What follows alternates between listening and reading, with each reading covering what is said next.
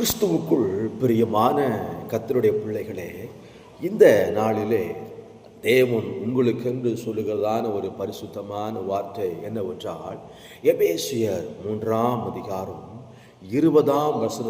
நாம் வாசிக்கும் பொழுது, நாம் வேண்டிக் கொள்ளுகிறதுக்கும் நினைக்கிறதுக்கும் மிகவும் அதிகமாய் செய்கிற ஒரு தகப்பன்.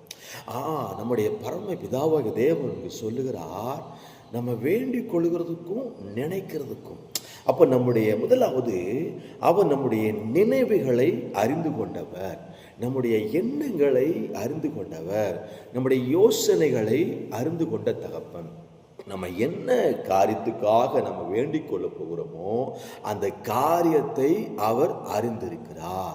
எனக்கு பிரியமான கர்த்தருடைய பிள்ளைகளே, நீங்கள் எந்த காரியத்துக்காக தேவ சமூகத்தில் போய் வெகு நாட்களாக வேண்டிக் கொள்ளுகிறீர்களோ, வெகு நாட்களாக ஜெபிக்கிறீங்களோ, அந்த காரியத்தில் என் பரம பிதாவாகிய தேவன் அவர் என்ன செய்வாராம், அது உங்களுக்கு பதிலாக கொண்டு வருவேன் என்று கர்த்தர் சொல்லுகிறார். நிச்சயமாக கர்த்தர் செய்வார். நீங்கள் கவலைப்பட வேண்டாம், நீங்கள் சோர்ந்து போக வேண்டாம். என் தேவன் சகலவற்றையும் செய்து முடிக்கிறவர். கர்த்தர் யாவரையும் உங்களை ஆசீர்வதிப்பாராக. ஆமென்.